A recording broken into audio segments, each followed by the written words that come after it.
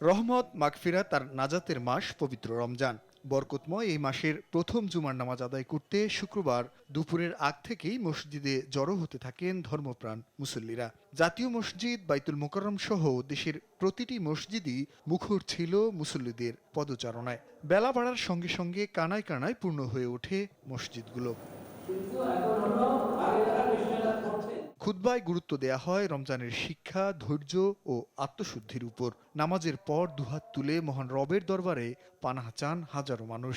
অশ্রুসিক্ত চোখে নিজ পরিবার, দেশ ও মুসলিম উম্মার শান্তি ও সমৃদ্ধি কামনায় করা হয় বিশেষ মোনাজাত। রোজাটা হচ্ছে আমাদের তাকওয়া অর্জনের মাস, আর এই রোজার মাসে তাকওয়া অর্জন করে আমরা সারা বছরটা যেন আমরা তাকওয়াবান থাকতে পারি, শুধু রোজায় নয়। খুব ভালো লাগছে। রমজানের প্রথম দিন হিসাবে অনেক ভালোই লাগছে, এখানে এসে নামাজ পড়েছি। বছরের একটি মাস আল্লাহ তাআলা আমাদের জন্য পাঠিয়েছেন। এই মাসে রহমত, নাজাত, মাগফিরাতের মাস। দেশবাসীর জন্য দোয়া করি, আল্লাহ যেন আমাদের সহি সালামতে রাখে। রমজানের এই সংযম আর ত্যাগের শিক্ষা যেন বছর জুড়ে সবার জীবনে প্রতিফলিত হয়, এমন প্রত্যাশাই ছিল সাধারণ মুসল্লিদের কণ্ঠে। জুনায়েদ আল হাবিব, দেশ টিভি, ঢাকা।